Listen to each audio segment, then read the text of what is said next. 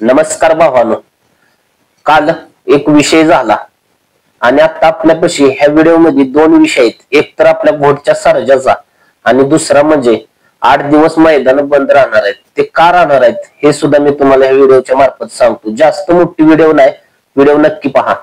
बऱ्याच दिवसापासून तुम्ही बघत होता घोटच्या सर्जाचा वाद चालू होता. आता तो वाद आपल्या अखिल भारतीय बैलगाडा संघटनेने मिटवलेला आहे. त्यात विषय काय झाला की जसा पहिला सर्जा ज्यांच्या नावावर पळायचा शेम आता सुद्धा पहिल्यासारखा सर्जा पळणार आहे आणि ते मुंबईचे शेठ आहेत, त्यांचं सुद्धा नाव सर्जाच्या मागे लागणार आहे.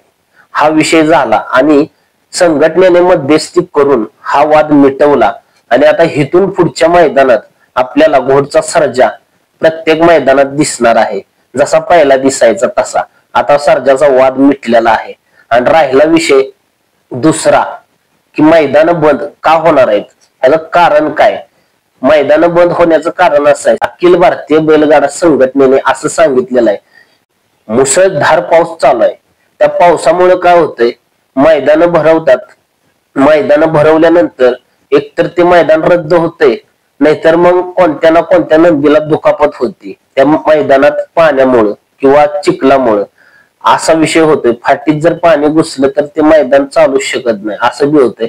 भरपूर गाडा मालकांना एवढा त्रास होतोय आणि माघारी सुद्धा जावं लागतंय.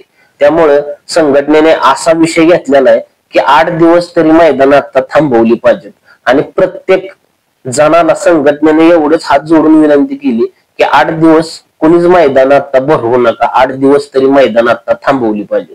तर आता तुम्ही माग बघितलंच, सुंदरचा वाद किती मोठा वाढला, काय काय घडलं त्या वादातून.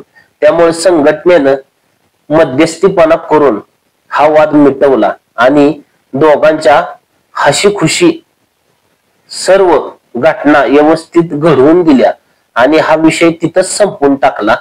आणि कालचा दिवस म्हणजेच घोटचा सर्जा इथून पुढे आपल्याला मैदानात दिसणार हा दिवस होता. भावानो, व्हिडिओ जर आवडले असेल तर व्हिडिओला लाईक नक्की करा. चॅनेलवर आपल्याला नवीन असेल तर चॅनेलला सबस्क्राईब करायला मात्र विसरू नका. आणि व्हिडिओ कशी वाटली कमेंट मध्ये नक्की सांगा. धन्यवाद.